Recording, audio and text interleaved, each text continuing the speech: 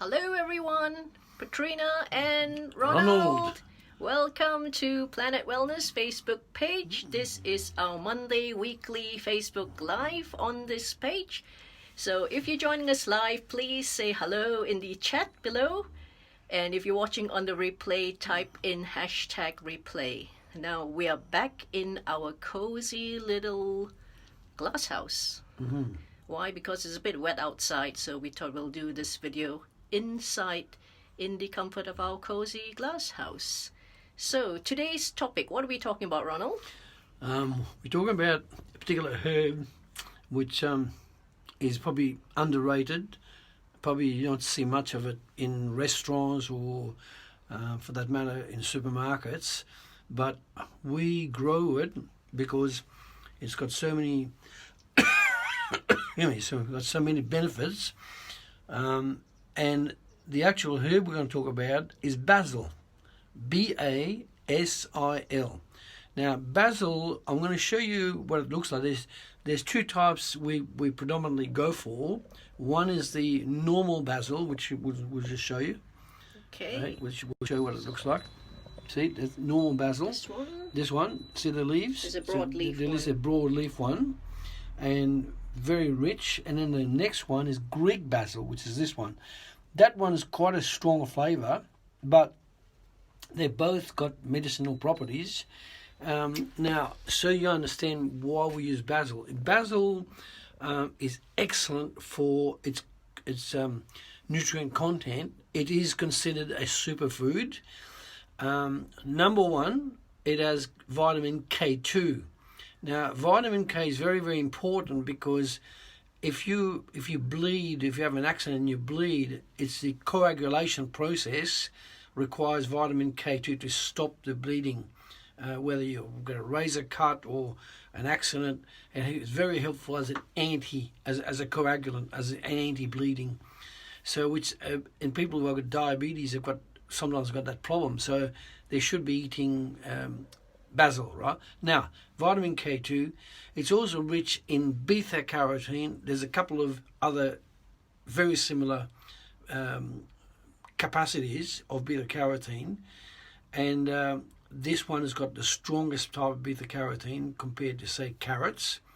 It's actually got more beta carotene than carrots because of the nature of its oil. It's very rich in oil, right? Other things that it's rich in is potassium, which is good for cramping in the legs. Manganese. Now, manganese, if you've got hay fever or any respiratory type issue, where asthma, hay fever, where you can't breathe properly, this is a very, very good herb to have because it's a very powerful builder of the lungs, right? So lungs become very strong with it. Now, other things you can use it for is for make tea. You can actually make tea with it.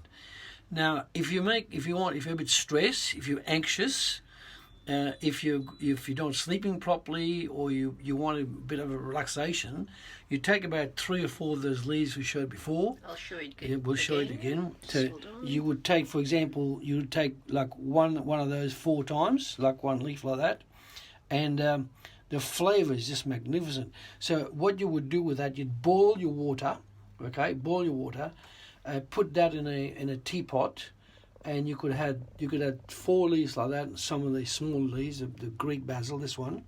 And then what I would do is have raspberry leaf, olive leaf, raspberry. So the combination I would use for anxiety is the green basil, about 4 leaves, the raspberry leaves, the olive leaves, and the lemon kaffir type, lemon balm type leaf.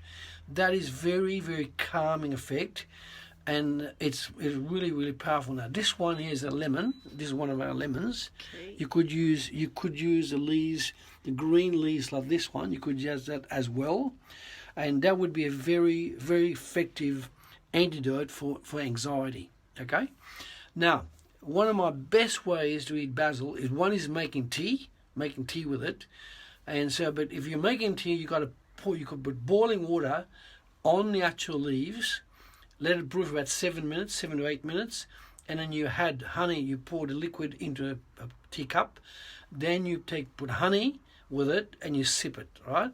Now the other, my favourite, is you have homegrown tomatoes, which are already very sweet, and if you want to do what I call a bruschetta, which is a really good quality rye bread, and you put some goat's butter and some olive oil on it, and then you put your tomatoes on top, right? Your tomatoes on top, and on top of that you crush the basil leaves and chop it up, and you put on top of your bruschetta, and you put it on your toaster.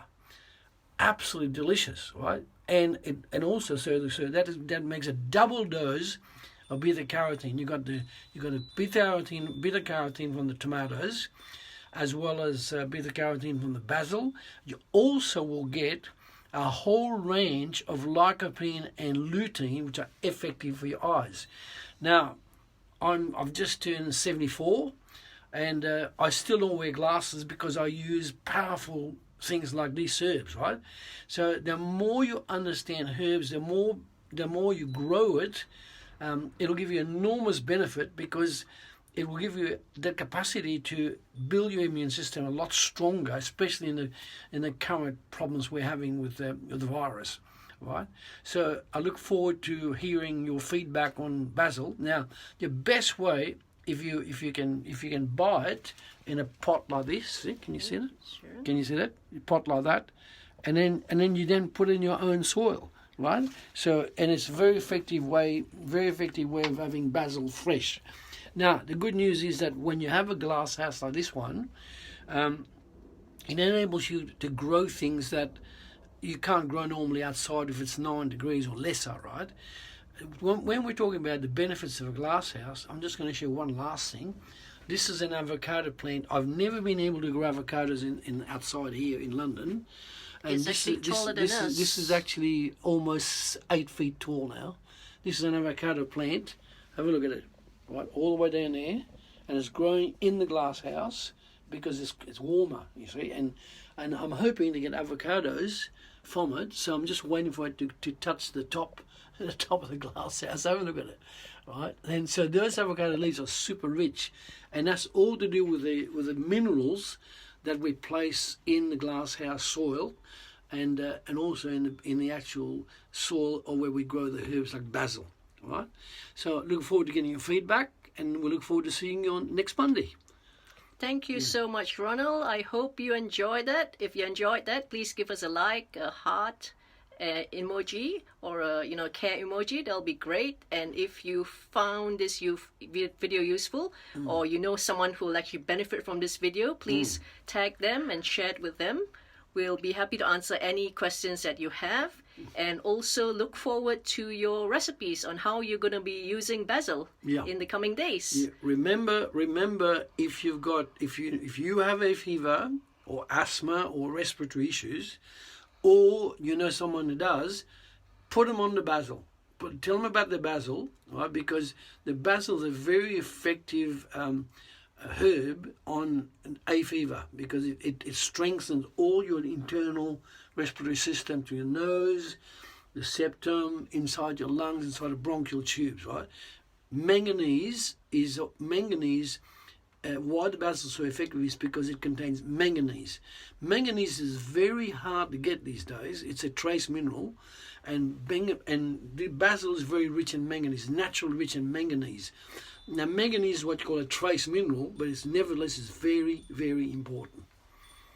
Okay, thank you very much. And just to let you know, if you're not aware, we have some free ebooks that are available. I'll share them in the links below, in the comments below. You're welcome to download them, and obviously contact us if you need more information.